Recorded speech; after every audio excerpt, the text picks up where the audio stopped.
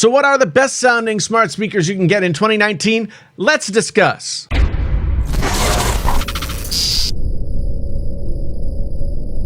This video is brought to you by Public. Public is a new kind of stock brokerage that makes it possible to buy any stock with any amount of money. The stock market is one of the biggest drivers of prosperity in history, but the truth is what's supposed to be the public markets are the markets for the few. Wealth creation has been locked behind private banks, expensive financial products, and $1,000 stocks. Public opens the gates by making investing free, social, and slicing stocks into tiny bits so everyone can afford to own a piece of any public company, no matter their wealth or which circles they run in. On Public, investors can choose to make their portfolio and real-time investments open to the public. By making investing a social experience, we eliminate the biggest barrier of entry to becoming an investor, not knowing where to start.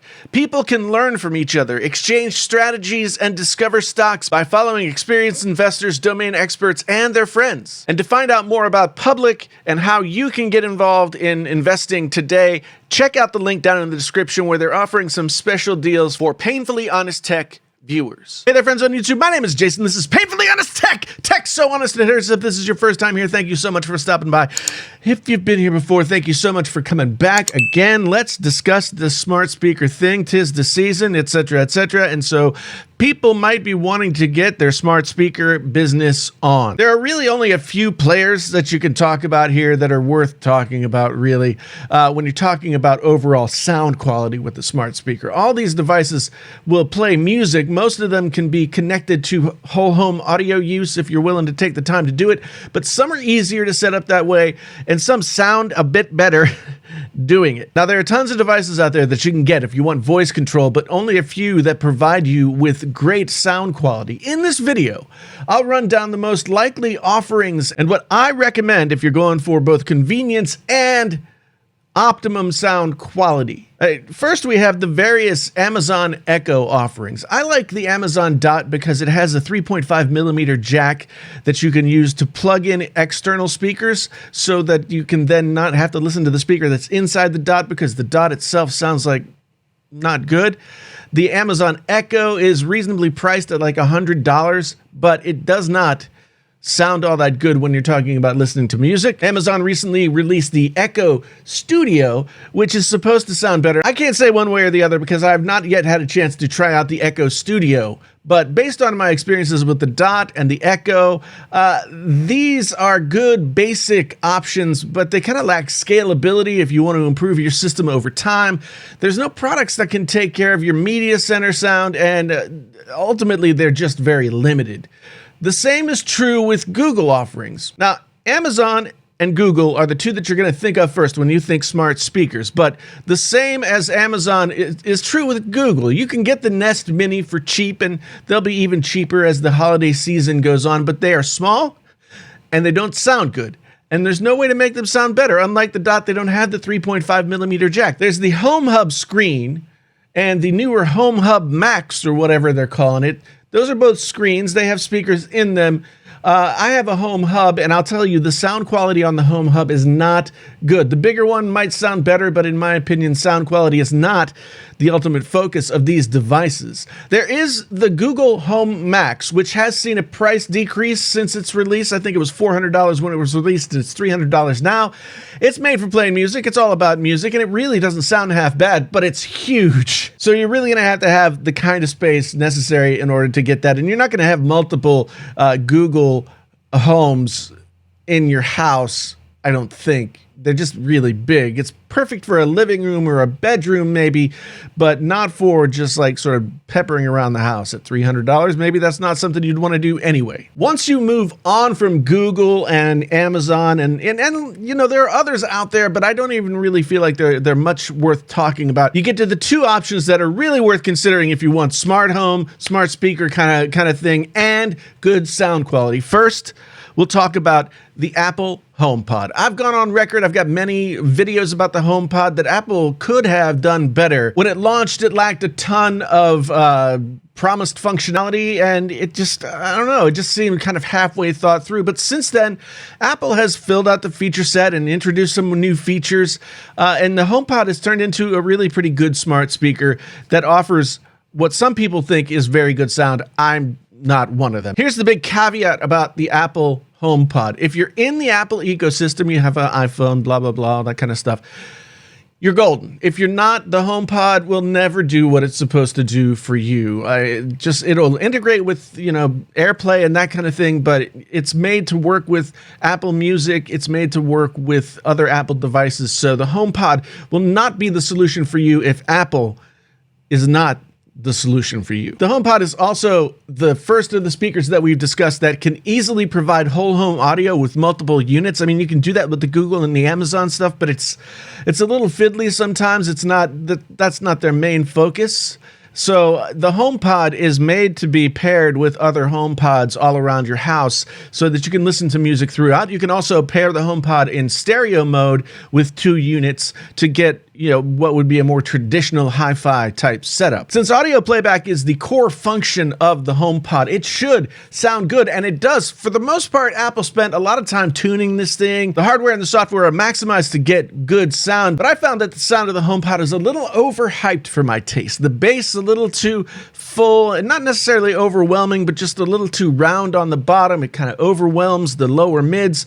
The HomePod sounds really good with modern music, which I'm sure is what they were going for, but if you don't only listen to modern music, then the HomePod might not be the best option for you. The HomePod is also too expensive at $299, but it was recently on sale for $199, and at that price, I would recommend the HomePod if you are deeply ingrained in the Apple ecosystem. If you're not, then the HomePod is not the solution for you, no matter how good it sounds. And that brings us to the final entry on this list, the one that's been around for the longest, and that is, of course, Sona'S. Sona'S kind of reinvented the whole home audio thing when they had these individual devices that you could use instead of like wiring your house with speakers. And that was well over a decade ago. They've done a great job keeping pace with the tech as it develops. They have remained at the forefront of the smart speaker. Well, it wasn't even a smart speaker then. It's just the connected speaker market throughout that time. Most standalone Sona'S products have Google Assistant and Alexa built in, so you can choose whichever ones you want. But the 2 things that set Sona'S apart from the rest of the speakers I've listed here is A, they sound better. Across the board, I think Sona'S has nailed the sound. Pretty much all Sona'S products sound great. It might be varying levels of great, depending, they got some big speakers, they got some small speakers, but they all sound great. And that's important because of number 2, the scalability and flexibility of the Sona'S system. The cheapest entry into the Sona'S ecosystem is the Sona'S One at $199. That would be pricey if it didn't sound so good, but it does, surprisingly so. If you pair 2 of them together in stereo, you have a system that will rival, small hi-fi setups. From there, they offer the Play 5, which is a beast and more expensive at $399. It can also be paired in stereo so that you have something even more oomphy. But here's what sets Sona'S apart for me.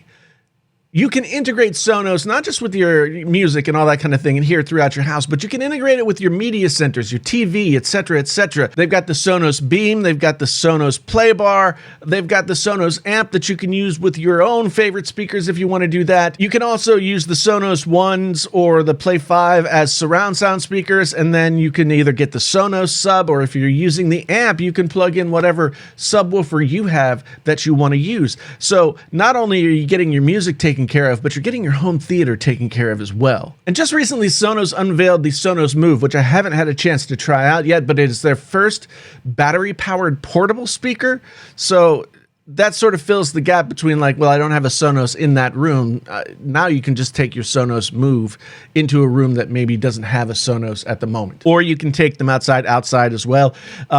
So there's that just offers you that little bit more flexibility.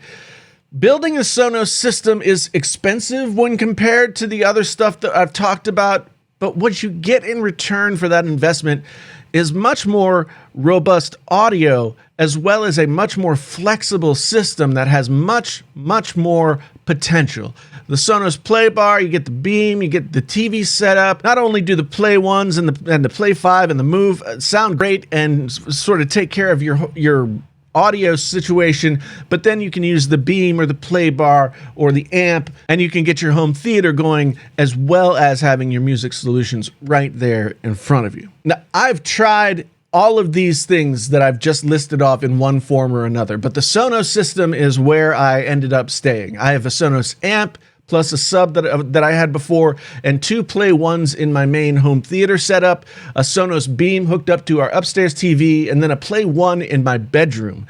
And that basically gives me sound just about anywhere in the house. We don't have a huge house, so it doesn't take a ton to fill it up, but the one thing I love about the Sona'S is that once you get going, once you get everything in the app, or you can even connect to the Sona'S through a lot of the different music apps like Tidal or Spotify.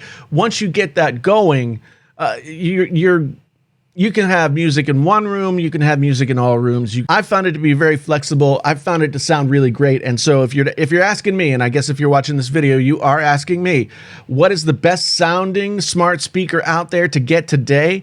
Go out and get whatever Sona'S speaker you can afford to get at the get-go, and then build your system from there. Sona'S is really the best deal in town. They've been the best deal in town for a long time in terms of sound quality, and I don't think anybody else is going to take them over anytime soon. Sona'S is the first. Sona'S is the first that I tried. Sona'S is what I came back to, and Sona'S is where I have stayed. So, Sona'S, best smart speakers of 2019. If you know somebody who's might be looking to build a system, or if you yourself are looking to build a system and you want to help out, or you want to give yourself a present, then check out the Sona'S stuff. The Play 1 is really fantastic. You would not believe the sound that comes out of that thing for the price that they're asking. Anyway, thanks so much for being here. Let me know what you think of the stuff that I've discussed down here in the comments below. If you agree, if you disagree, whatever. We'll have a boisterous discussion. Once again, thank you so much for being here. I really do appreciate it. My name is Jason, sometimes known as the JTL. This is Painfully Honest Tech. Tech so honest it hurts. Until the next time, I'm out.